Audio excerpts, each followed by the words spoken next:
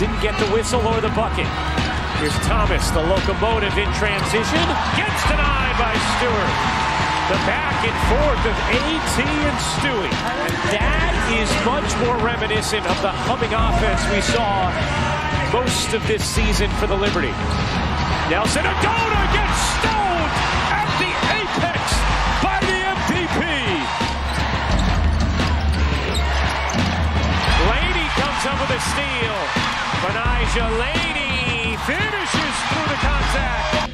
This is Rafi Kuluzon, and you are tuned in to Nothing But That Sports Talk.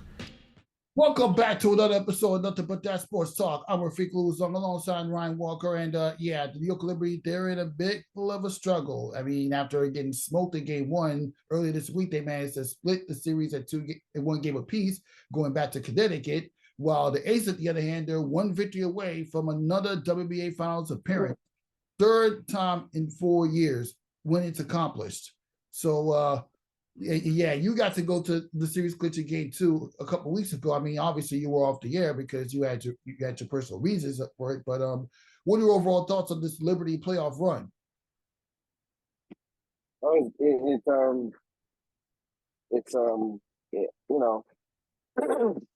They're in a grind now for Connecticut. But yes, I was there for the closeout game for game 2, and game 2 at the Garden, at Barclays that day was just, great. Our section literally was shaking at one point in the second half. And they closed out a series against Washington, they were very valiant in game 2. I loved Dale doing. It didn't look like she was completely healthy. She still had that back thing going on, but she still played valiant in the series. And her cast stepped up and they played well, and they made it tough for us even to clinch that game. The Liberty were down and had to battle back to winning that game, and eventually clinched out. And they had a really bad letdown game in game 1 against Connecticut. I really wish they would find a way to make their life easier by trying to get put that one in the bag, but they didn't. And Connecticut is a really, really good team who you've always mentioned how dangerous and how good they can be, throughout the year. And, they're missing one of their key players, and they're still all across the board. They had a MVP, somebody who finished the top 3 in the MVP voting this year. We've had so many other good Hayes is making so many big shots for them. So they're just they're really tough right now. And the goal for the Liberty would be to split definitely on the road. You don't have a choice. Definitely to split, bring it back to Barclays, hopefully for a clinching game.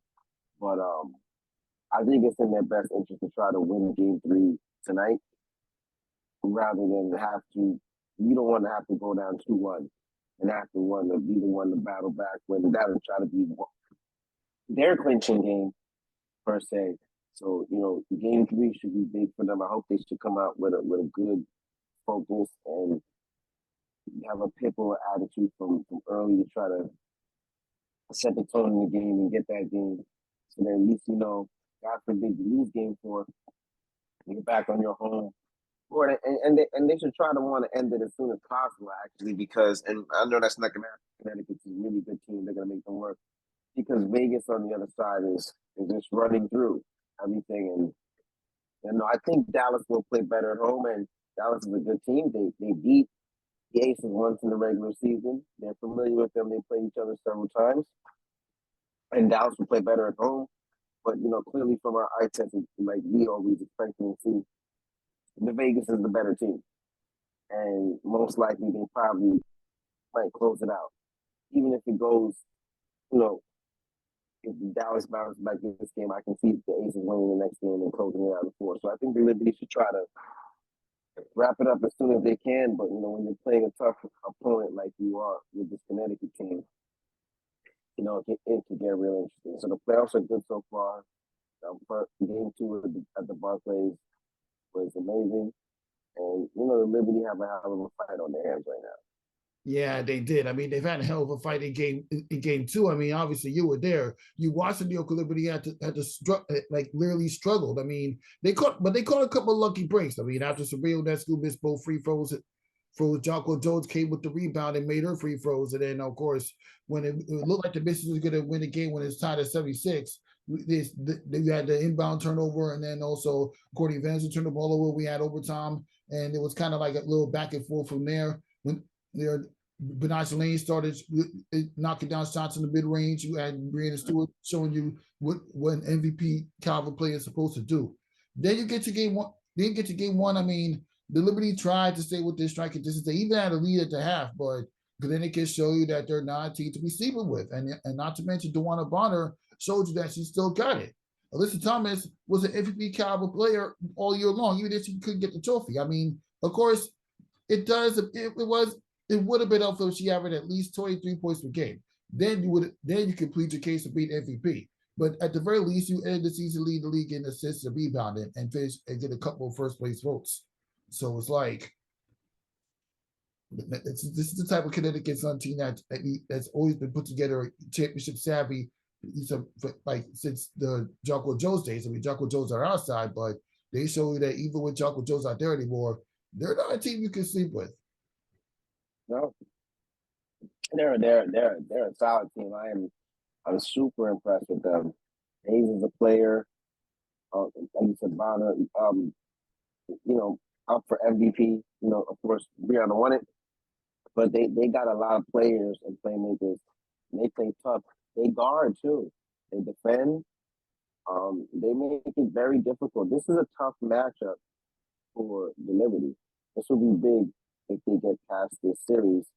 That doesn't make their work cut out for them any more easier, whether you face Dallas or Vegas. We know what we'll be up against Vegas, against those champs, if we advance. And if I'm not mistaken, I think Dallas got a victory over the Aces of the Liberty this year. Yes, they did. So on Kids Day in the afternoon. In Barclays. Is that in Barclays? Yes, it was in the Barclays. Yeah, it was in Barclays. 2 o'clock in the afternoon. And they beat us like 10, 11 points. So we would have our hands full both ways. But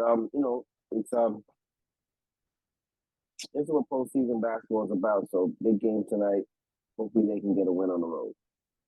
Exactly. And plus, Liberty had to do a good job of slowing down the role players. I mean, we saw Rebecca Allen managed to put up about 12 points, and then Tisha Hyman, she managed to get a block on Breanna Stewart on the fast break in game one. And then of course, in game two, Tiffany Hayes literally balled out, and she was a big acquisition for the Connecticut Sun this season after losing Jocko Jones in the offseason. And when you think, and when you have a player a couple role players that can pick up the slack when the star players are having off nights, you're setting yourself up for success. And thanks Stephanie White for keeping this team well put. Yeah, they and they have a key injury, and think about that. And they lose Jones in the offseason, and they're right back in the thick of things. They have an opportunity to go to the WNBA Finals just like we do. And they're a good basketball team. I'm super impressed, and I know that it's going to take a quality effort tonight for the Liberty to bring home court back in their favor against a game and savvy Connecticut team, and they're confident, and they're going to play better. They're going to play good at home, so we got to fight that push too. So we got to quiet that crowd early and keep them moderate, or be able to withstand their first punch, battle back, stay close, and then make plays to win the ball game. So they're a good squad, and like you said, we're going to see tonight how everything pans out. And you know what, the Liberty also too, especially all postseason. I mean, we never want to live off that because it's always field goals, but just that cliche, live by the three, die by the three. I mean, it's still alive, but the new modern game is predicated off shooting three. So who knows how that model works anymore. They got to shoot better from the 3-point range. Especially They didn't do bad. because Sabrina Yeah, she's had a lot of off nights. I mean, when she's knocking down shots, she's a big factor in the Liberty's victories. But when she's not knocking down shots, the only reason why they win is because she had better players around her. She didn't have this star caliber roster last year and the year before when they were first round exits, but this time around she does. Sabrina has everything. Seriously. And I love her too, and she won MVP. But Breanna has had one or two bad shooting games as well too, and not shooting well from the perimeter as well too. Yeah, exactly. She was well guarded by Elena Delle Donne. Correct.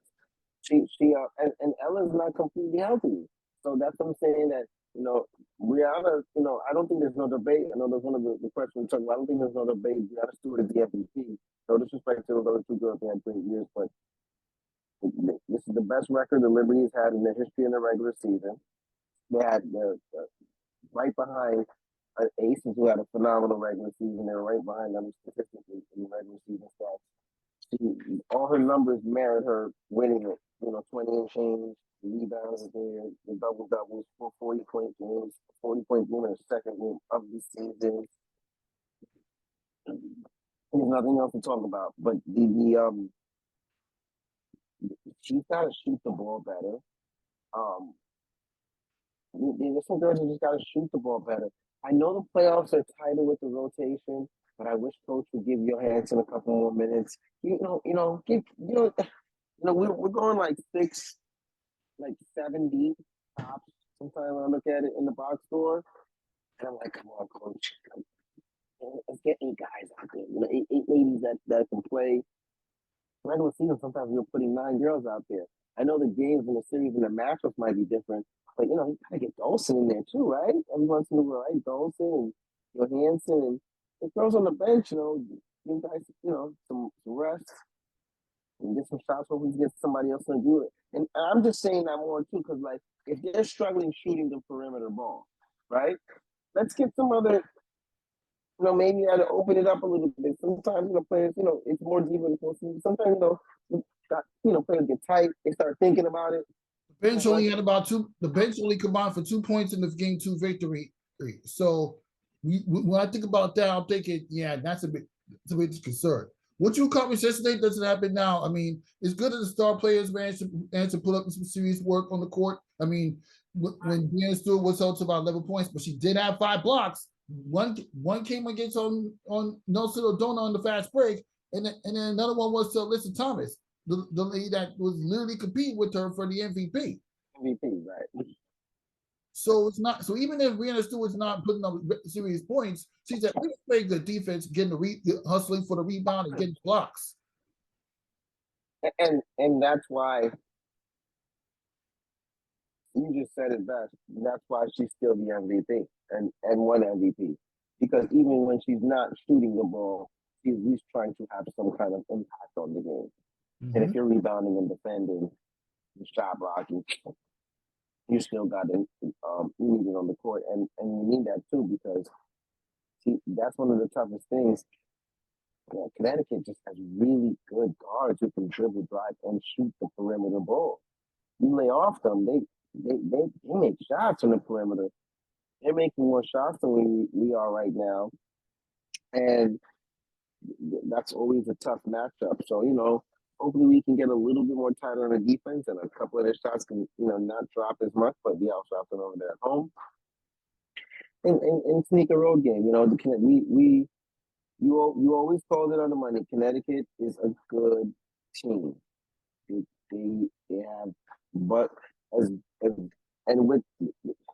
they have buzzsaw capabilities, and they're not even a buzzsaw because they're a really, really good team. The last 4 teams in the semifinals, Final Four, these are the best teams in the WNBA and have been the best teams in the WNBA pretty much the whole entire season. Yeah, I mean, with the exception of the Dallas Wings, because remember, the Dallas Wings had to sweat their way into the top 4. So it's not. There was no easy feat for the Dallas Wings. Let's keep that in mind. And shout out to them for getting past the first one, for finally win a playoff series win as the Dallas Wings. I mean, because the last time they won it, they were the Detroit Shock in 2009. Yeah, but I think you're right.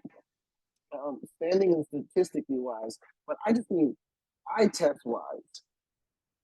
Eye test wise, and still where they did finish tells you that they're a top team. All right, we know the Aces are let's be fair. The Aces are the best team in basketball, right? The defending champions are still playing in the playoffs. But the Aces are the best team. Liberty of the Party is the second best, right? Mm-hmm. And even through whatever happens to the series, Liberty second best. Connecticut, definitely, right? Probably the third best team in basketball. And second, however you want. After that, eye test wise, I don't care what they finished in the standings. Dallas showed me that they're the next best team in the league. There's days they play, they can be better than Connecticut. First things first, they beat the Aces, they beat the Liberty, right? They played all the top teams and top dogs, and they went at it with them, and they finished with a decent record. Eye test wise, I knew they were better. They're the second best team in their conference, and the only team above them, eye test is better than them, is the Aces. So definitely they shown you beat the two teams that we all predict to go to the finals in the regular season. You have a good basketball club. Exactly. Now I want to get you listen to this clip from that I picked up because I managed to speak with Agent Wilson about slowing down Satu Sabli, who was a big factor, one most improved player of the year in the Dallas Wings toughness on the low post.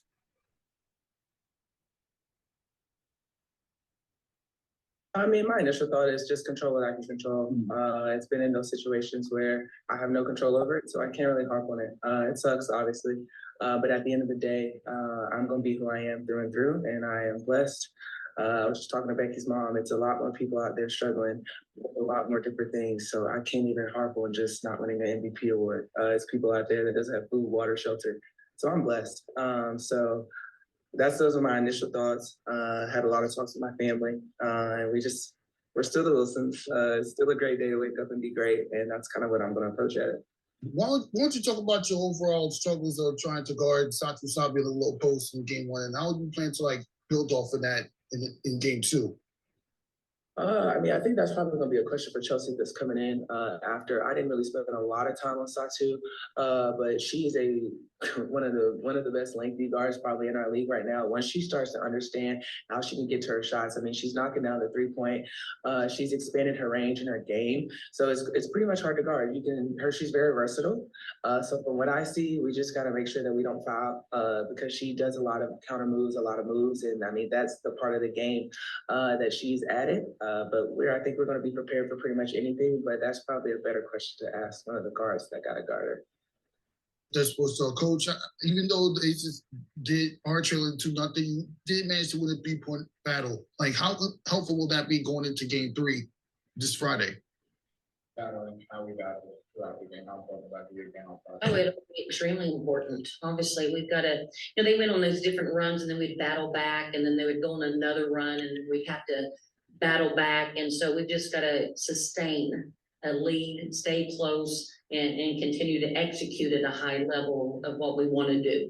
Yeah, you guys had a slight edge to the rebounding and 3-point shooting. How will that help you win game 3 in order to cut the series down 2-1? Definitely staying in there and rebounding, but like I said, we missed a lot of bunnies. We got the rebounds, we'll try to put it up and missed again, and then free throws. We lost by 7, we missed 7 free throws, so that came back to bite us. Obviously, it wasn't just that, but those are things, points that we left on the table. And speaking of missed free throws, to follow up, what you spoke to De'Aaron McCowan about the 2 missed free throws that would have cut it to a 3-point game? The game doesn't come down to that. That's definitely not Big T's fault. We had a lot of mistakes in the whole game, so I'm not really worried about those free throws. Should knock it down next game. Yeah. Now, we start off with Agent Wilson talking about how she's so blessed and grateful for her WNBA career, even though she couldn't win back-to-back MVPs for the first time in her career. And then that's pretty much Latresa Trimble talking about how important it is to win a 3-point battle, especially to lead to that eventual playoff win. Hopefully it comes tonight. And then also Rika Kubawawe talks about how there are more mistakes being made other than just the missed free throws. So what are your initial thoughts? As the coach has said. Well, I didn't like the response from, season title too, but I didn't like the response from Paige on that one because it made her kind of sound bitter. Like when you come off across that, that I'm blessed. And to, as an athlete, like of course you're blessed. You know what I mean? Listen, the WNBA is not making NBA money, but they're making more money than me and you. I know that much, and they have a good living playing basketball, and especially a young lady like Asia, she has the whole world in her hands for anything that she wants to do because of who she is and her winning tradition and her personality. I get it, and the worst thing is that I know Asia is not bitter, but that response makes her sound bitter. If I'm making any sense. But I know she's not bitter. She can't be bitter. She's an NBA champion. She's won the MVP award before. She's won almost everywhere she's went. She's a phenomenal player. She's one of the, believe it or not, whether she wants to believe it or not, she's one of the faces of the WNBA.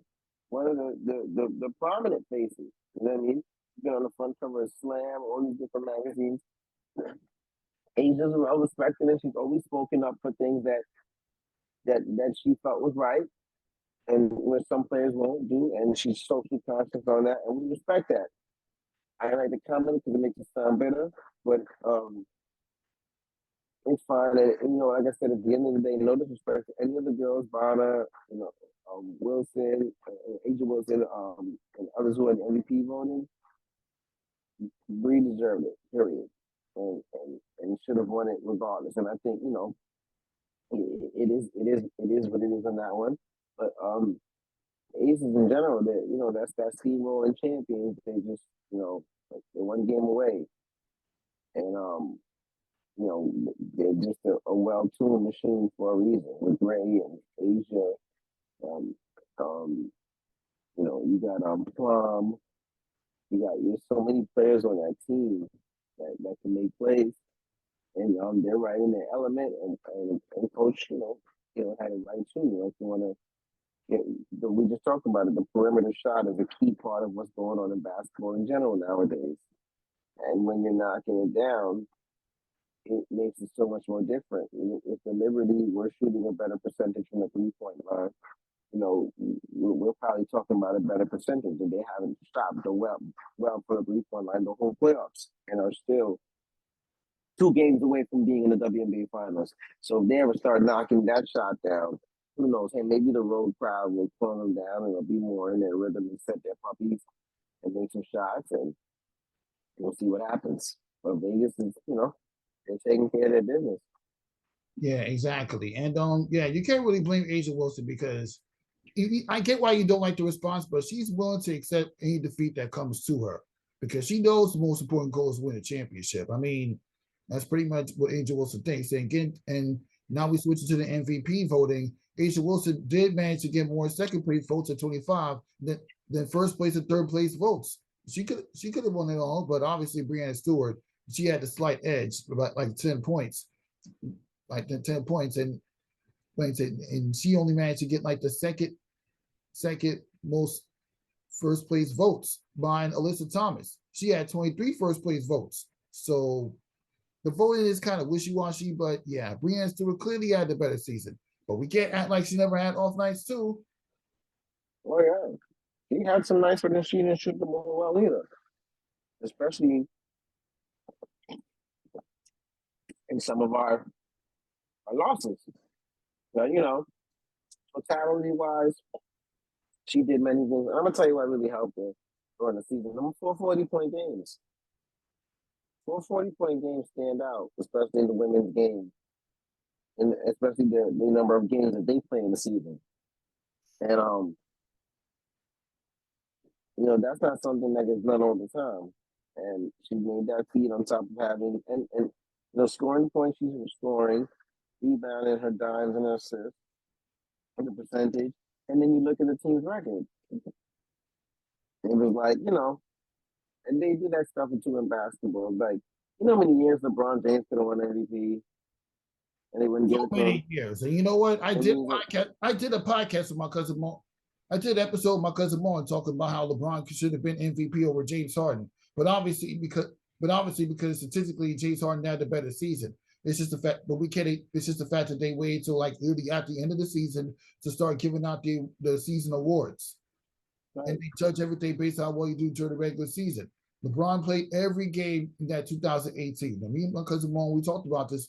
I'm gonna let you listen to the episodes somewhere in the near future, but yeah, getting back to the WNBA MVP voting, it's kind of you get why they need more votes, but at the end of the day, it's still Breanna Stewart, still York City. Now I'm gonna let you. Now let's just listen to a little clip that for Breanna Stewart, where she talked about how grateful she is to win MVP. Teammate, and I want to be. You were really adding gas, and now I'm burning so bright. I do my best to carry myself with grace and be a great teammate, and I want to be an example to Ruby about what it means to approach life with the humility and grit necessary to lead teams, to help others be great, and to win at things that matter the most. I'm grateful for this award, and I'm grateful for the privilege to play and do what I love. I'm grateful for my teammates. You see you guys snuck in there. My coaches, our front office, Claire and Josiah, Wasserman, the fans, to Puma, Cliff, Darabati, to my family, my grandparents, my dad, obviously, wifey, and to the people who voted for me. And I'm also grateful for the people who didn't, or who are mad at the people who did, because the buzz around this race is too good for our league. Yeah. With that, what are your thoughts on Breanna Stewart's comments after winning MVP earlier this week? Strong. And confident. And, she thinks that family and friends and the right people, and still strong message. And that's what I like of the players. The players are in NBA and WNBA. They got a voice, they got a platform, they speak it, I'm not mad at what Asia said. I'm just like, I think Asia Wilson is so here. That's how high I think of her. She's an MVP, a finals MVP, a champion, and she's got so much more accolades that she gonna get in her career. So I just didn't want to hear that comment from her. And that's why, because I just think that she's so high up there. You know what I mean? And she always speaks out and says the right thing. And even if I don't like her or approve what she said, I'm still respect the fact that she's outspoken enough to say what she wants to say. And sometimes you're gonna say certain things in life. I know that as a MC and a host, but sometimes you say things that everybody are not going to approve of. You know what I'm saying? But at the same time, you have to be able to stand on your ground and your word and be firm in what you go by, you believe in. Like, just a whole different topic. I'm not saying it because but like Skip Bayless, he can be a clown and a fool and an idiot for some things. We know that he's done clearly in the past on the show and so on and so forth for the first take of Undisputed. But you know what? Even throughout his crazy rants about ridiculous things that LeBron can't do, and him always sticking up for Vanderbilt because that's his school in Oklahoma because he lives in the area, and his euphoria of the Cowboys and his infatuation of the Red Sox, so we talk bad about the Yankees or whatever position that Skip usually stands on, his place in doing it. When he believes in something, he sticks to it. He sticks to his guns. No way, no back. He'll find every type of excuse for it. He's great with that. And you respect that because he sticks with his position. Sometimes, guys are 50-50 and wishy-washy. Sometimes you just need definitive answers. Yeah, that's just the way it is. Shout out to Breanna Stewart for winning MVP. Now we get to another topic, and we go from the phenomenal New York Liberty to I rather let's just say I rather a egregious second round or WNBA Finals loss than not making the playoffs at all. And we know two New York teams in 2023 that didn't make it to the postseason, or we know for sure will not make it to the postseason. And you said, and you were right for saying not to talk about them all season long. I'm talking about the New York Mets and New York Yankees. Since for the first time since 2014, not one of those teams will be in the postseason. 2013, 2014, they missed it back-to-back years. For the Yankees case, there are a few games above 500. That's all they can do is face above 500. While the Mets, on the other hand, they had no excuse to be bad. And we talked about the Mets and Yankees struggles all season, but just to get a little updated thoughts on the Mets and Yankees missing the playoffs and what was it like back in 13 and 14, and of course in 08, watching an MLB postseason without the Mets and Yankees involved? First things first, the Yankees are a bunch of trash. Yeah, they're absolutely egregious. They're absolutely terrible, scurrilous. It's horrific baseball. The Mets have the highest payroll in the history of professional sports. There's 10 games under 500, and the Yankees should be ashamed of themselves. They're top 5 payroll in baseball, and it just is an absolute melting pot right now. And for them to not even be able to get, and you look at it, they mathematically disqualified for playoffs a few days ago. And I think they just had a one stretch of a month to at least be 500 at baseball. And right, and you think the things throughout the injuries, but this year was just too much. And there's a lot of other keys that I always talked about that I'm just not big on them. One, I've never been a big Aaron Boone dude. I just don't. He's their puppet, I guess, as long as what you call it is there. Hold on for a second. Hello? Yeah. Mm-hmm. Yeah. Continued thoughts of the Mets. This is crazy. It's like every time the Mets and Yankees are bad, I can't even watch this. You can't. They're not a good. They're both not good baseball teams. The Yankees should be ashamed of themselves too. That's why, like I said earlier in the year, like I've been through. I don't want to sound like a spoiled brat Yankees fan, but we've been fortunate and blessed over the last 25, 30 years to see a lot of, good tradition in baseball. Coming up in my younger days in the 90s, we were spoiled. Late 90s with the Yankees, they were just such a winning team and such a winning tradition. And even in the 2000s without World Series, but then they won in 09, they gave you stuff and they were competitive all the way through. Like you said, they had a few years, Jordan, when they didn't go to the playoffs, just like not too much or whatever. But what's kind of going on with them is kind of like probably how every other team in baseball in the world feels. Like, think about it. The Yankees have 27 championships. The Cardinals have like 10 or 11. The Red Sox, I believe, have like 8 or 9 or something like that. And everybody else has like 6, 5, 3, 2, 1, or none. So, and that shows you the disparity. And listen, I'm not taking away discrediting any of it either, right? It is what it is. And, the Yankees won a lot of championships way back in the days when there weren't as many teams, when the talent and the athleticism was probably not the same as it is now compared to back then. And there were many other variables, right? And they had teams where they had the best players in baseball pretty much on the team. So we won a lot of times in the 1920s, in the 1940s, in the 1950s. They 1930s. They won in every decade except for the 80s and the 2010. And now the 2010 to 2020. They won in every kind of phase since they became a franchise.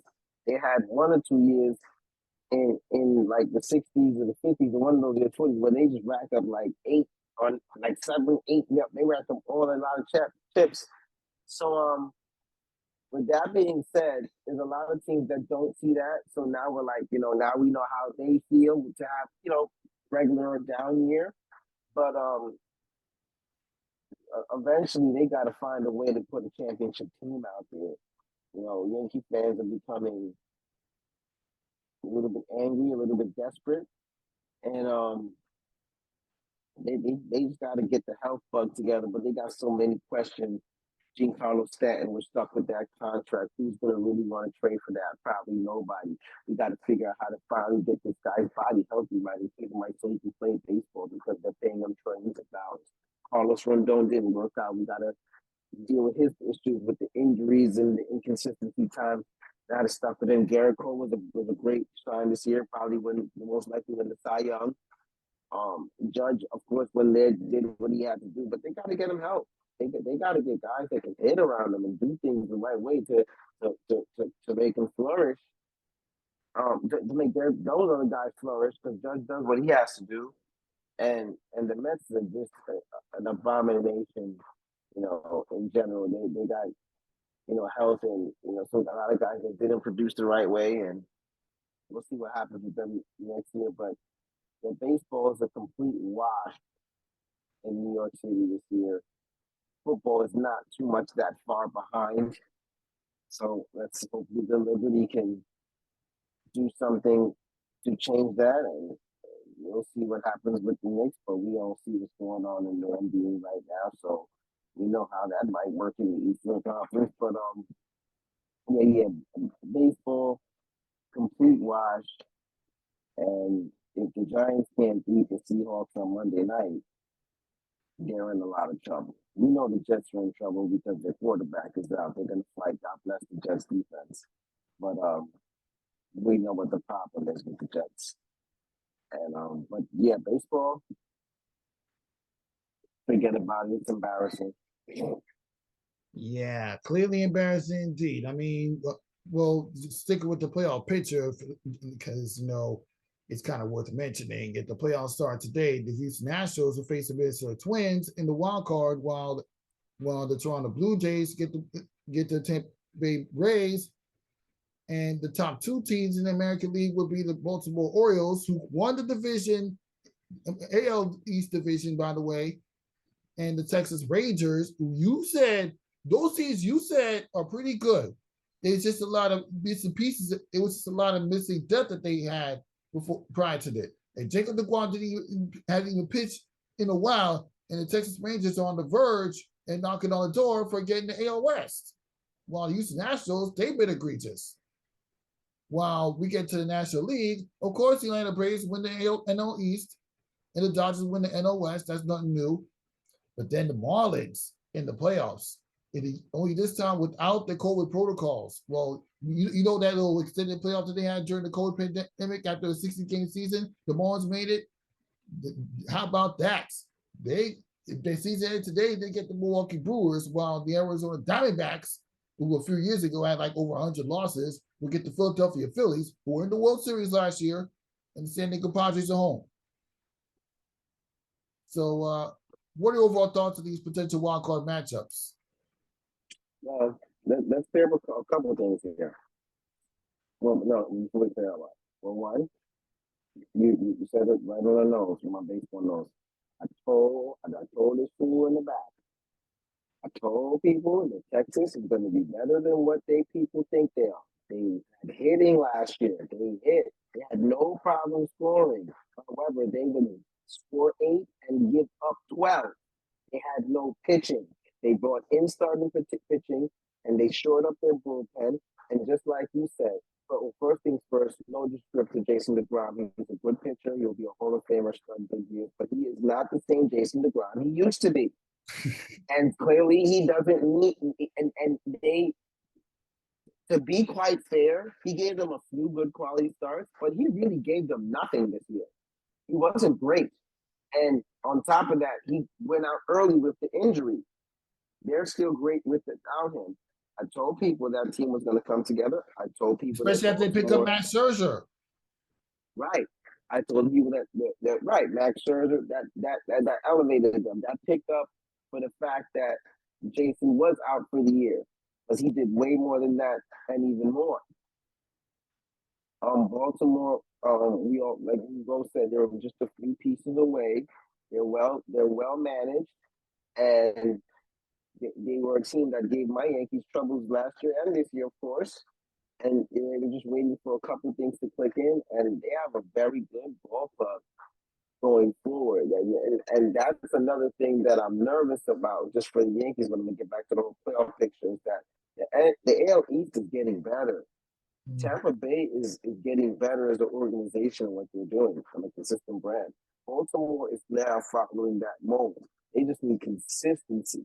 Hopefully they don't be a Baltimore team that be really good one year and really bad the next. But if they keep this pattern up what they're going, they're really good. After that, the Blue Jays for the last 6 to 8 years have been keeping a good core together, and most likely probably will keep that together. And they got one guy who's one of the top players in baseball who they're going to keep around for a while. So on top of that, with their core, they're fine. The Red Sox and the Yankees are now like the bottom feeders now. And even the Red Sox are one step ahead of us, not necessarily with talent, but with how they're going in the direction of their team. I don't know where the Yankees' direction is. I have no faith in Aaron Boone. I never liked him. Brian Cashman, I respect him, has done a great job with them over the years. I don't know why he's not more under the hot seat. A lot of the decisions he has made has not worked out. The Steinbrenners need to be more focused on what's going on. And they need to put a team together, because this is clearly not working. But now what you said with the Houston Astros, okay? Astros actually haven't been egregious. Let's be fair to them. Remember, Jose Altuve was hurt for a long period of time. Mm-hmm. They had Yorjani Alvarez, their left-handed best hitter, clutch hitter. He was out also for a little period of time with injury. They were dealing with things with injury. So when they all got healthy, what happened? They started playing. They got back right. And they got back. Justin Verlander came back after they briefly lost to the Mets in the offseason. Right, and came right back into the thick of things to a team that the Astros are not concerned about winning the division. They're not concerned about the wild card. They're not concerned about winning 70 games, 80, 90, 100, 110. They just want to get to the playoffs, because they know, as an organization, with their core team and core players, that they can win the World Series. Correct? Correct. They showed it. They showed that they could win it all. So winning, they just wanted to get in. You see, listen, they had this situation years ago with the cheating scandal and so on and so forth. Patrick Monterey goes on. Right? The New England Patriots had cheating scandals too, but we don't question winning later on. Yada, yada, yada, yada. With all that being said, with all the stuff that went through them, let's keep it real. The Astros are kicking everybody's butts in the American League over the last 6-7 years. Okay? And maybe excluding the Red Sox snuck in there, one from them there, but the Astros have pretty much been the dominant team in the American League for the last few years, And but they've had years where they didn't make the postseason too. You can't ignore that. Who? But the Astros have had years where they didn't make the postseason either. I believe it was 2016 or something around those realms. But after 2017, they made the postseason. They made the postseason pretty much every year. Yeah. And also what you have to remember with backtracking so far, that you have to remember that the Houston Astros were a team that were in the National League at first. Exactly. So they were doing things over there. They just morphed over to come over to the American League. So at first they had a few little rocky roads. When they figured it out and they got a team, they've been good ever since. And with that being said, the Astros have a nucleus of winning.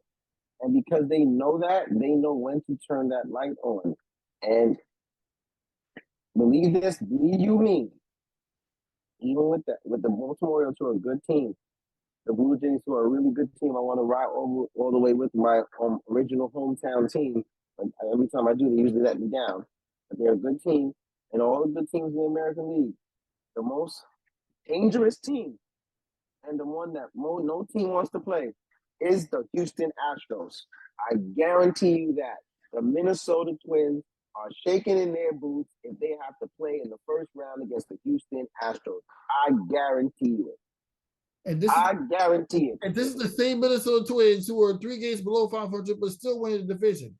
They have a 500 record winning division. This goes to show you can't be a sub 500 team and win a division in baseball. You just can't. Listen. And Minnesota Twins, they've had a bad. And I'm going to share a break with you on this one, Ryan. The Minnesota Twins have been bad in the postseason, but at some point they're going to put the nail in the coffin. I'm not saying they're going to do it this year. I'm not saying they're going to beat the Astros, but unpredictability happens a lot in sports. Baseball is the most we know this. Unpredictable. You can have one season where you're extremely phenomenal, but you can have one season where you're extremely bad. Let's not forget, nearly a decade ago, the Kansas City Royals were World Series contenders out of nowhere 2 years in a row. They were runner-up to the San Francisco Giants. They beat the New York Mets, and they weren't good ever since. Yep. Yeah, now the other part, just like you said, we knew the Braves were going to be dominant. They're actually probably my dark horse to probably win the whole thing. Here's the part that's scary.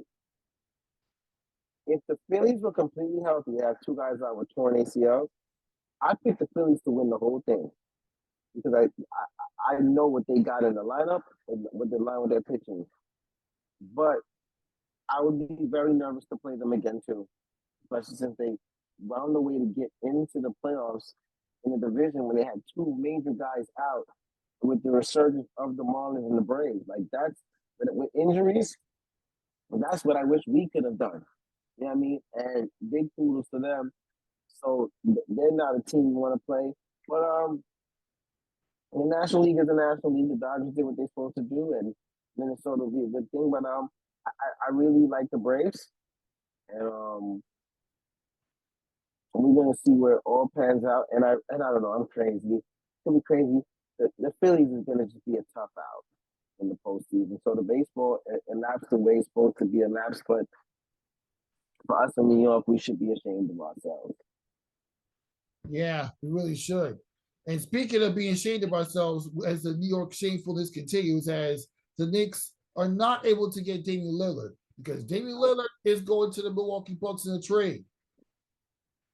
And it's a 3-team trade involving the Phoenix Suns that sent DeAndre Ayton to the Portland Trailblazers. And Jrue Holiday is going down there as well, but the Blazers are already talking about letting them go. I mean, I know we spoke about this over the phone, but with Damien Lillard teaming up with Giannis, how dominant of a team you think they're going to be in the Eastern Conference? And how much of a bigger threat are they going to be to New York Knicks reaching the second round? I'll just stop it. I'll just stop it. I'm just saying. Listen, barring no injuries, they go to the postseason, and they can keep those 2 guys healthy together in 5. They're going to the Eastern Conference Finals minimum, but they're going to go to the NBA Finals. If they have no injuries, the Bucks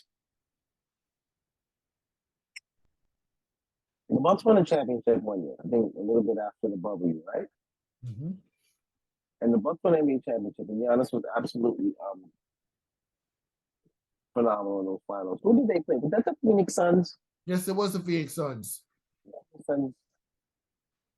Lord knows how they let that one go. But nevertheless, the Bucks won, and Antetokounmpo had an incredible run at the last 3 games of the postseason to put them in that position. But besides that 1 year, everything around the Bucks over the last few years, and they've had more than once where they've had a top record in the league or in the East, or a top record in the East. And I've had either first round exit or second round exit to Boston or Miami. And sometimes they just lack. I don't want to say heart. It's the wrong word. But they've had bad luck with injuries and just certain things at certain times, or just choking up, not playing well. Because 1 year they just couldn't play. They didn't play well, and they had to progress. Then they progressed and got different things and different keys. But now he was the big wheel of the matter. They can't get past Boston or Miami in the last few years. and they always needed their guys key. Now, Jrue Holiday is a hell of a defender, and that's a loss. But you just got Damien Lillard. If Antetokounmpo gets hurt, they can win a series with Damien Lillard because we know that Damien Lillard can lift the franchise up by himself, right? Question. But he can take if you don't take Portland to the first, second, or third round, I mean, McCollum was there too, but he's the main guy. If Giannis, something happened to Giannis, we are expecting that Lillard with that core can at least make some things happen, and that's why they got him. And they know that Lillard and Anthony sometimes has little times where they miss games. That's why you got Brooke Lopez and Robin Lopez. That's why you got my young boy Lyndon Wellington that can play more now. That's why you got Andre Jackson, the draft pick that can play. You got different keys now on the team on the bench, and now it's their time to get more minutes and go out there and play and show themselves. Pat Connaughton, I believe Crowder's still there. You know what I mean? That now guys get big time minutes. You know what I mean? And no, they're a huge threat. It's gonna be really beautiful for them to see that and play. And I'm kind of happy that the Knicks didn't get him because now this might make Embiid say he want to trade soon, and then maybe the Knicks can use all those pieces and make us something out of Philadelphia and bring Embiid to New York. Now you're talking. Speaking of the New York Knicks, they're a team that's showing interest in getting Jrue Holiday. But look at the assets that the Knicks would have to give up. You got the draft picks. You got Evan Fournier to give up. Emmanuel Quigley. At least that's what Brian Windhorst said on ESPN earlier today. But how excited would you be if Jrue Holiday comes to the New York Knicks, paired up with R.J. Barrett and Julius Randle? I want no parts of that deal. Jrue Holiday, the same Jrue Holiday that carried the New Orleans Pelicans to sweep against the Portland Trailblazers in 2018 and was part of the championship team with the Milwaukee Bucks. He threw the lob to Giannis back in 2021 when won NBA Finals. He was a major factor for them. He hit the go-ahead shot that Milwaukee had against the Brooklyn Nets. We know how good Jrue Holiday is. He's very underrated guard. He can play good defense, and yeah, I can't sleep on Jrue Holiday and how useful he will be for the Knicks. Let's just be real. Are you serious? What? Why you don't want Jrue Holiday on the Knicks? Who are you trying to convince me? The people, or are you trying to convince yourself? Wait, all right. If they get Jrue Holiday, Brunson is still on the Knicks, right? Correct? Yes, he's still on the Knicks, but that will make a good combo. Well, and again, R.J. Barrett would have to play small forward, and he's more of a shooting guard than small forward. That's not going to work. Listen, no, it's not going to happen, and the Knicks are not going to do it. Like if the Knicks will do it, this will once again show, and the Knicks will do something like that. This will show how stupid they are as an organization. We had so many deals on the tail for the last few years with picks. They had a Donovan Mitchell trade. Now, granted, it worked out to me better in the hindsight because you kept more role and core players on your team. And you beat Donovan Mitchell in the playoffs last year. In the playoffs. Donovan Mitchell still has incredible talent. But him and there was other times that the Knicks could have got certain guys, and all they had to do was give him a draft pick. The Knicks fiddle faddle and wouldn't do it. If you give up even more than 2 draft picks for Jrue Holiday, you need a drug test and a psychiatric evaluation. It would be absolutely ridiculous. And this is no disrespect to Jrue Holiday. Please, anybody can send this footage to him. You said it best. I don't have to say anything about Jrue Holiday. He is an NBA champion. He's a lockdown perennial defender one-on-one. He's been a solid NBA player in the NBA for the last few years. And when you're being coached by when you're being coached by Tom Thibodeau, who's defensive minded, you need defensive players like Jrue Holiday to slow down one of the best guards oh man. Stop it. If he plays on the Knicks and they give away draft picks or what they gonna give away quickly for? Jrue Holiday about 31 years old. He's 33. He's 33. At least that's what they say on national television. So where he gonna play? They're not doing that trade. They better not do that trade, and they're not doing that trade. It'd be dumb. He's 33 years old. He can still play, but he's a point guard. You got a point guard. You just gave him $100-something million. That's what Brunson is there for. You don't bring Jrue Holiday in because Jrue Holiday needs to go to a team that needs to win now. Not saying that Jrue Holiday gonna make the Knicks win. The Knicks were the seed in the NBA playoffs last year and defeat the Cavaliers in a 4-5 seed matchup. Don't think they're not going with this. If Jrue Holiday going to the Knicks gonna make them beat the Bucks? Maybe, well, not immediately. Maybe not. They probably couldn't beat the Green Bay Packers. What are you talking about? Beat the Bucks? They not going. No disrespect to Jrue Holiday. You saying it like he Kevin Durant, LeBron, Bradley Beal, or Nikola Jokic. Him going to the Knicks right now, this year, and the next is not making them better than Milwaukee, Boston, or even probably Miami. They did lose to Miami in the second round in a 5-8 matchup, so we'll be fair. So what the hell are you gonna get him for? You gonna give up 2 drafts? What's the proposed trade? What did they say? I'll let you listen. And this is a good transition into that. Unbelievable. I don't care what Brian said. Listen, let me put the tape on. Gotta hear this is ridiculous.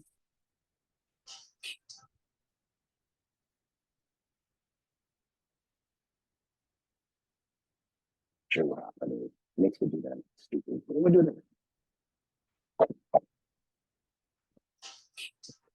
You know, team. I say they already were a top 3 team. So my question is, did this truly make a difference with Giannis?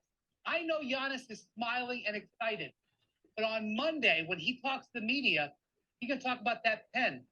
Because if he's willing to sign that extension that he wasn't willing to when he was talking a couple of weeks ago, then this trade is brilliant. If he isn't, and the Bucks are in the same situation they were a week ago, which is they better win the title or at least get to the finals this year, where they got big Giannis problems next summer. I don't know. And Stephen A., you're upset about Milwaukee. I'm going to tell you why you should be excited right now. You should be excited because the New York Knicks just had a window open. If you tried to trade for Jrue Holiday 2 days ago and you called the Milwaukee Bucks, you would have needed star players and draft picks. Now, Jrue Holiday is on sale. The Blazers are going to let him go for draft picks and matching salary, maybe one okay young player. I'm telling you, if you're a contender, you're trying to get Jrue Holiday right now. This could end up being a net positive for a team like Boston or a team like New York or a team like Philadelphia. I know the Heat and the Blazers couldn't get on the same page on Dame. I would try to get on the same page as them if I were the Miami Heat trying to get Jrue Holiday. This is a multi-layer situation, and this story's only half been written. Well, a couple of things. Number one, I just want to make sure I change my whole persona right now. Right now, at this moment, I love everybody. Let me tell you something right now. If we're talking about a Jalen Brunson with a Jrue Holiday, now you got my attention there. You got my attention there, because you see, that would be a highly productive thing, and I'm not accustomed to associating that with the New York Knicks. Somehow, some way, anytime you have an opportunity to get a star. By the way, Jrue Holiday, let's throw this stuff out right there. This dude right here shot 45% on catch and shoot threes last season, ranking 8th in the league. Very, very important point to bring that up, because we need that in New York City. I damn sure can't rely on R.J. Barrett to do it, and I certainly can't rely on Julius Randle to do it come playoff time. So definitely can't. First of all, you can't rely on Julius Randle to shoot anything. Can't shoot. They got to dribble the ball 7 damn times before you shoot it. But that's not the point. The point is, if you're telling me that, Wendy, if you're telling me that, I'm touched. My heart is filled. I'm feeling really good right now. The New York Knicks don't blow it. However, let's get back to what you said about Dame. In all seriousness, I'm going to tell you, damn it, I know defense wins championships, but offense wins games. And if I'm looking at Miami and I'm looking at Boston, who re-signed Jaylen Brown, that still got Jason Tatum, that acquired Kristaps Porzingis, okay, who can shoot the ball, by the way. I'm telling y'all right now, if I'm Milwaukee, I needed more offense. And more importantly, let's not just look at Damian Lillard as some 32-point-per-game scorer. I know the brother's lethal offensively, but what makes him most lethal is he's a closer. Yeah, so overall thoughts on what was being said on First Take earlier today about Jrue Holiday. Does that change your perspective a bit? Because No. he did. If they have to give up any draft picks for this guy, unless he's coming free, unless what he says, the nigga release him, and it's coming light where they don't have to give up much for assets, I'm fine with him. I never said he was a scrub. He can play. He's an NBA champion. I know who he is. The whole family can play. All of them. But they cannot give up the farm for him, especially when you are talking about in the future possibly landing Giannis, whether it's trade or signing him off top or something with Embiid. Those are the guys that you're going to need draft picks for to say that you can take the loss for. If you give up 2 or 3 draft picks for Holiday and the Knicks don't win, Holiday is 33 and won his ring already. He doesn't have anything else necessarily to prove. He just wants to continue to play basketball, and that's fine. I just don't want them giving up a lot to go get him. When you get something and he's like, hey, what's up, champ? Then by all means. Now, I hope that means that if Holiday goes there and the Knicks are interested, that means he's the point guard and Brunson's playing the shooting guard, right? Am I getting that correct? Because Brunson is the point guard now, right? So, you got a point. So does that mean?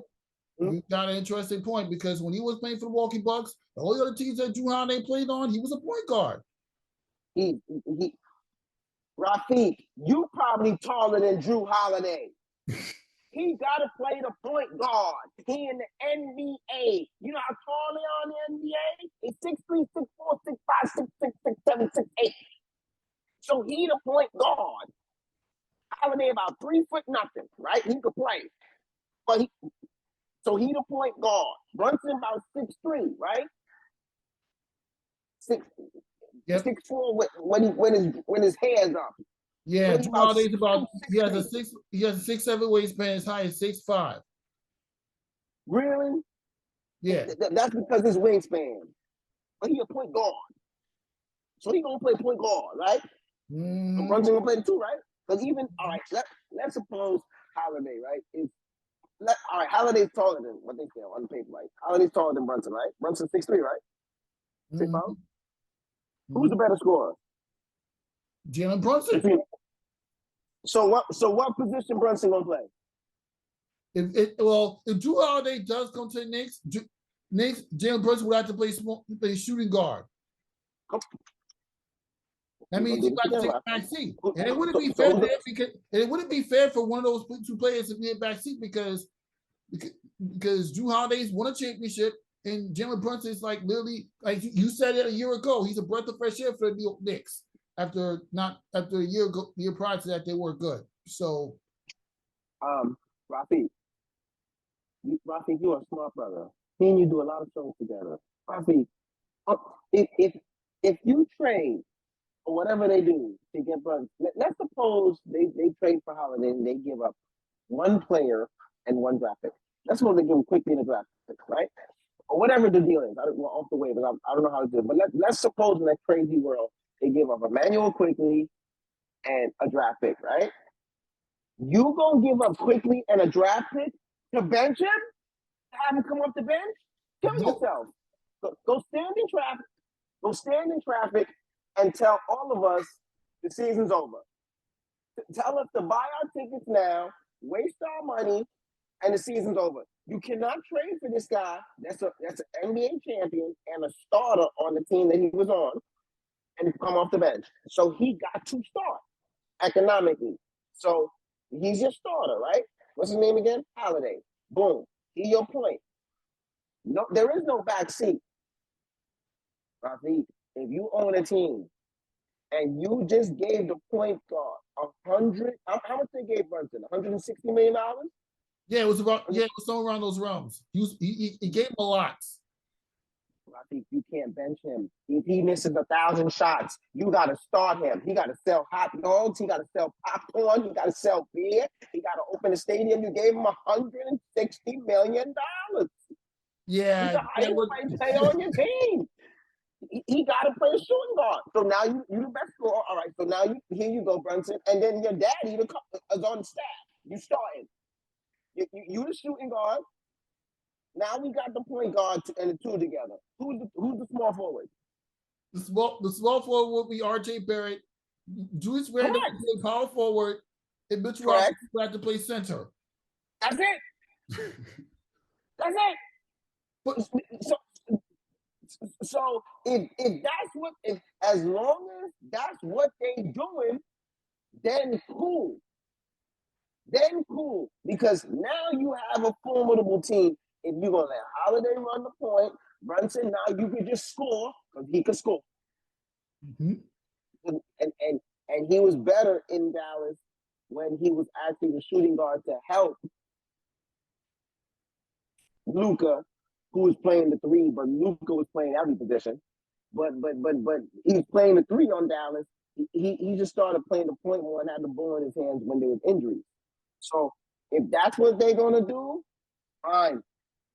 But if they talking about RJ Emmanuel and 2-3 draft picks, you can keep him. You can get somebody from G League. You can get a little Deuce McBride. We figure it out for free. But if that could work, I don't know if that still makes them better than the Bucks or the Celtics, but it'll give them a shot, I guess. And the biggest thing is trying to keep enough draft picks to get maybe Giannis in the future. Preferably Embiid, rather Embiid than Giannis. Well, the preseason's about a couple days away, so we'll get an idea. Let's just say we're not going to say what we're going to do with how we're going to resolve the next preseason situation on the air, but let's just say we're going to get an idea of the type of next team that they're going to be going to the regular season. And let's just hope they build off of that last year. That's all I got to say about this. I'm going to wrap that conversation up.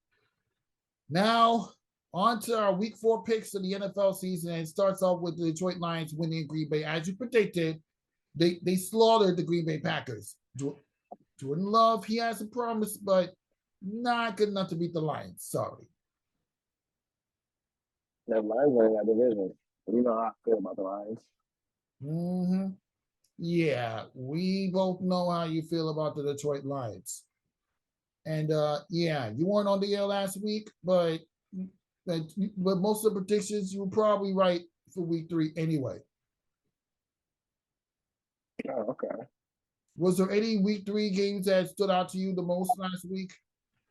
I mean, let's see. The Dolphins scored 70 points. The Denver Broncos, I don't know what Sean Payton is doing down there, but I do know that he's going to the ATM every 2 weeks. But I don't know what's going on with Denver down there.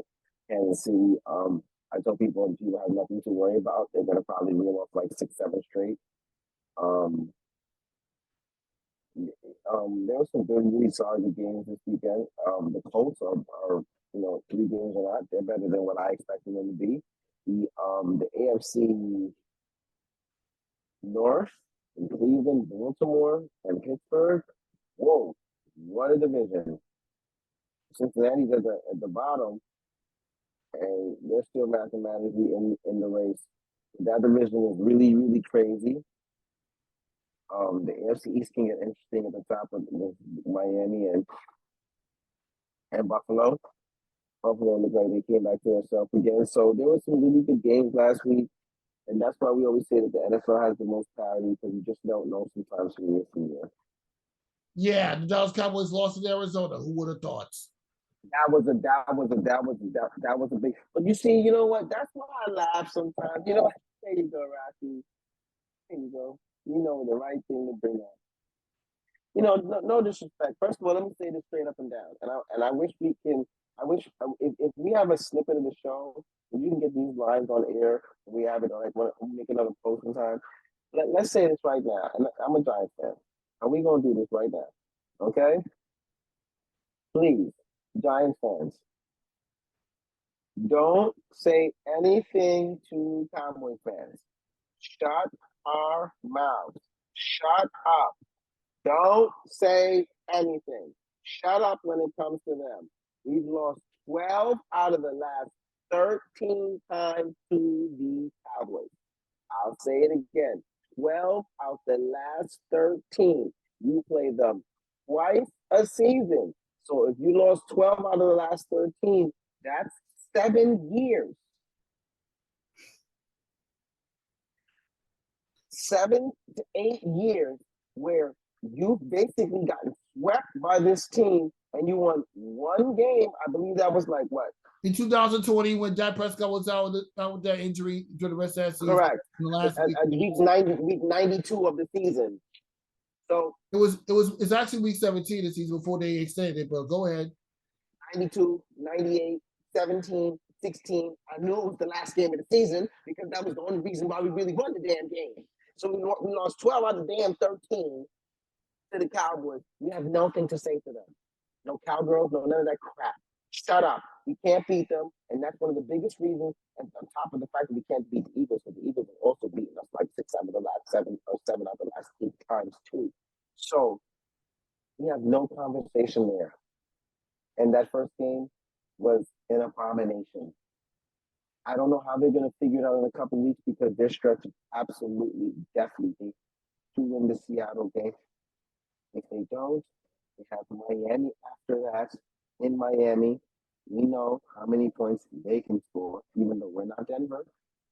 But we know what that track meet team is capable of. They're 3-0, and they have a lot of their future is bright. After Miami, they have Buffalo in Buffalo. After Buffalo, they come home. They have Washington at home. Then they have the Jets at home. And then the Raiders at home. That's their only hope of their stretch. The teams that they all can lose to still. So this Seattle game, listen to me. This is the season. Week 3. Put it in. When you made the win-loss prediction for the New York Giants, you did pick the Giants to beat Seattle. So thanks. Because this is the season. If they lose now, they are in a lot of trouble. They will be slipping down a razor blade into an alcohol river.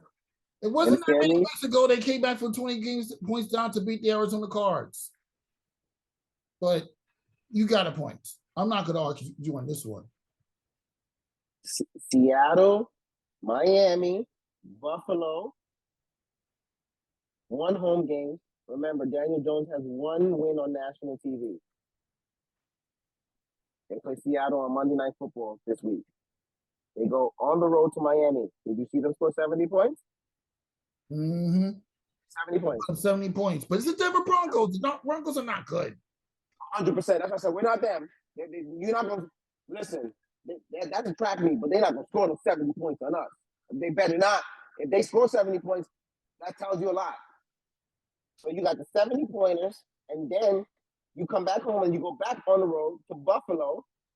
In Buffalo, not going to be that warm, not going to be that easy either. They're starting to play better football. Then you come back home to Washington, your division team. Then the next game, you got the Jets. You know they want to beat the Giants. Then you got the Raiders, who are going 13-4, right? That's what Trina. It's not. I didn't say that. It was Trinia Barbie that said it. Trinia. Got to make sure I pronounce the name right the next time she comes on the show. But yeah. Well, that's their stretch. And this week is their biggest game. They better figure it out to get a victory. Otherwise, they're in a lot of trouble. But I bring them up to say this. We got clowned on so bad. I mean, we deserved it. We got our butts kicked the first week by the Cowboys. And we beat the Cardinals. And we weren't getting ranked on the first. And you know what? They should have knocked them down as much as they were at halftime. They had a great second half, came back 31 points to win the football game. So, but the word was kind of like, oh, you know, you guys, You guys beat the Cardinals. You should have gone down Anderson. And the Cowboys come back out the next week and lay an egg against the Cardinals. Now, and they, right, the defense is so great for the Cowboys. They're one of the greatest ever. They gave up 180 yards rushing in the first half. They gave up 200 and change on the round. They lost to the Cardinals. They had Joshua Dobbs looking like Randall Cunningham. And on top of that, they pounded the football, and the Cardinals took it to them. And Dak Prescott, you know what? I like Dak, but Dak's another one. Boy, he just know when to turn the football over, right? You got a new offensive coordinator, and Mike McCarthy who's calling the plays. And they are the West Coast offense where they dumb it down and don't put you into bad situations with them pounding and running the football. And you still throw an interception in the game. I mean, you didn't see the linebacker say anything? You didn't see that?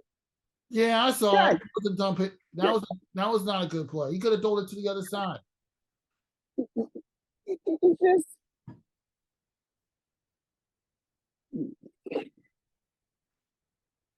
who they got this week? They should win this week. They're gonna bounce back. I seen it on their schedule. And with that, and on that note, we will get to the week 4 schedule. We get to our win-loss predictions for the week 4. You already made your picks for the Giants and Seahawks. We can skip that one. You picked them to win. Trust me, I've been keeping notes. Yes, I picked the Giants to win. Now onto more picks. Well, yeah. Just so you know, after the first 2 weeks, you're about 18 and 13 in the NFL picks during the first 2 weeks of the season. You had a week. You had your own personal bye week for personal reasons. We're not going to say on the air, but you're back. But you're back in the flesh now.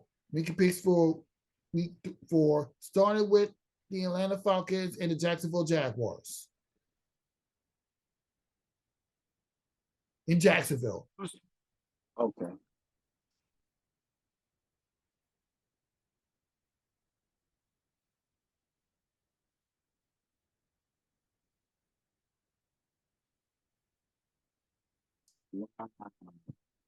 And let me come back to that one. Don't forget it. Atlanta, Jacksonville. Okay. That's one.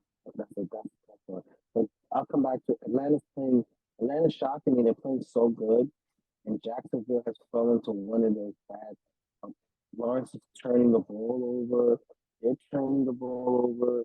Oh no, I'm actually online. It's not Jacksonville online. That game's gonna be around like 9:30 in the morning in London. In London. I'm lying. My bad. I miscalculated, but yeah. Who's Atlanta's quarterback again? The new boy. He's doing good. Let me come back to that one. I'm so close to saying Atlanta. I just need some more time. Because if Jacksonville plays like they're supposed to play, like we thought how they were supposed to be. Every time in life you think Jacksonville's going to be good again or get it together, they always mess up everybody's dream. I'm picking Atlanta. Boy, watch Jacksonville win this week and look like studs. Watch. I'll pick Atlanta and London. Atlanta goes 3-1. Yeah, I believe. Yeah, the quarterback is Taylor Heineke. On Atlanta? Yeah. All right, Atlanta's gonna win. Lawrence has been letting me down. They've been turning the ball over. They can't play. I'm telling you, I'm gonna go to London now, drink some tea, and I'm gonna see Jacksonville win 34-17 or something. But Atlanta. Buffalo Bills at home against the Miami Dolphins.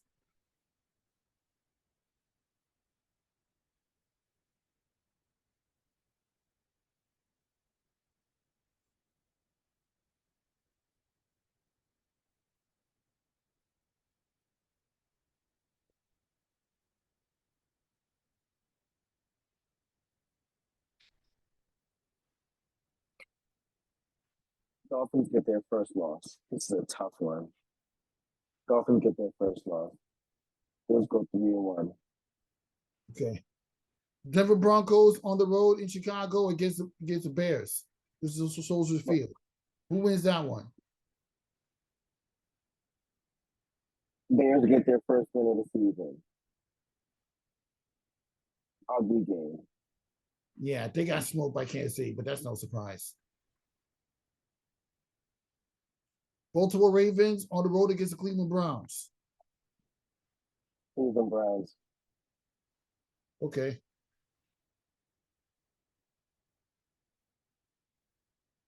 Cincinnati Bengals on the road against the Tennessee Titans. Oh, what's Tennessee right here? Yeah, I think Tennessee, they're doing decent.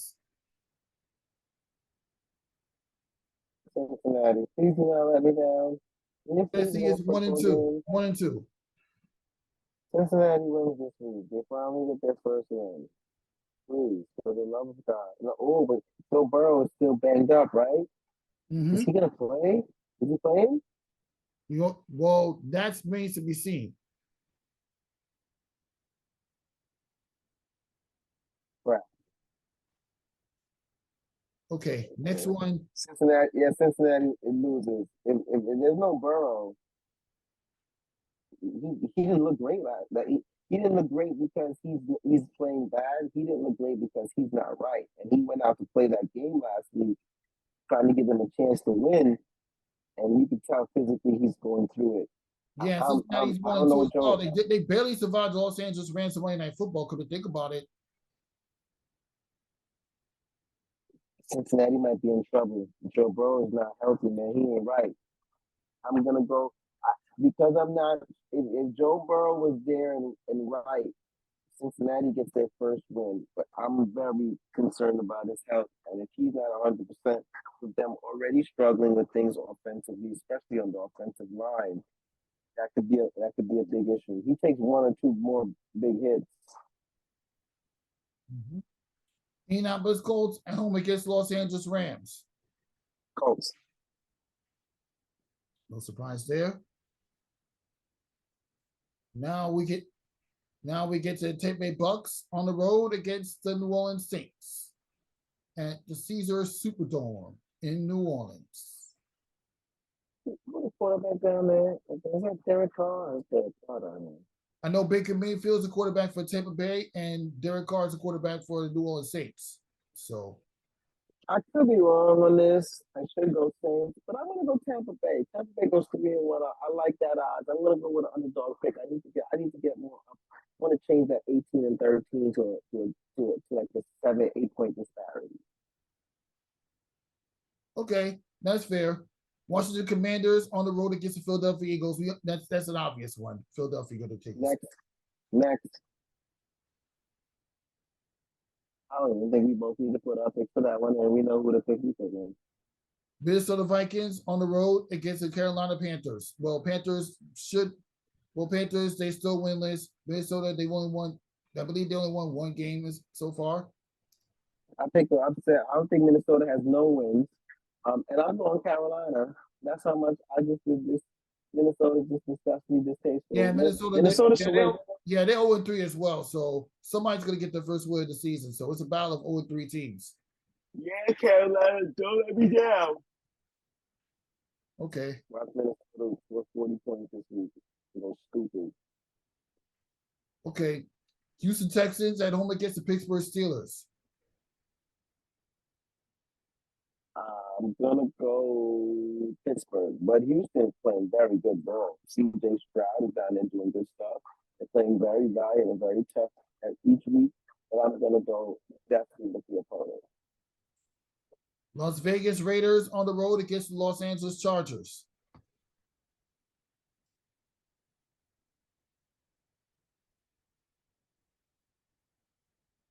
Chargers. That's gonna be a shootout. Yeah, shootout indeed. New England Patriots on the road against the Dallas Cowboys.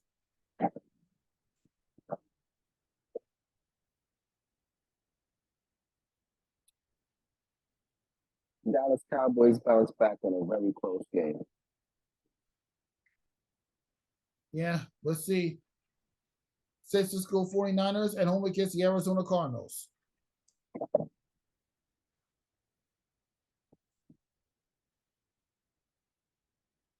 They're not even going to take care of their business. Cardinals' first game on the road. I think the Cardinals played the first 3 games at home. I believe so. Oh no, I'm lying. They played on the road at Washington to begin the season. Then they played. Right. Yeah. No, you're right. Yes. Then we get Arizona's competing, but San Francisco will win. Mm-hmm. Yeah. Then we get to Kansas City Chiefs on the road against the New York Jets on Sunday Night Football. The matchup that was supposed to be Aaron Rodgers going up against Patrick Mahomes, but Aaron Rodgers out for the season. So we all know you're gonna pick Kansas City. Have a good night. That's not even. Are we kidding? And Kansas City gonna win like 6-7 straight before they lose again. I ain't even worried about that, and they're definitely not losing to the Jets on Monday Night Football. Yeah, they're not gonna lose indeed. So Zach Wilson versus really. So yeah, there's that. Well, now for this episode, nothing but that sports talk. Thank you for stopping by, Ryan Walker, and I hope just continue to do everything you do in life. Oh, absolutely. For Ryan Walker, Rafiq Lewis on. We'll see you next time.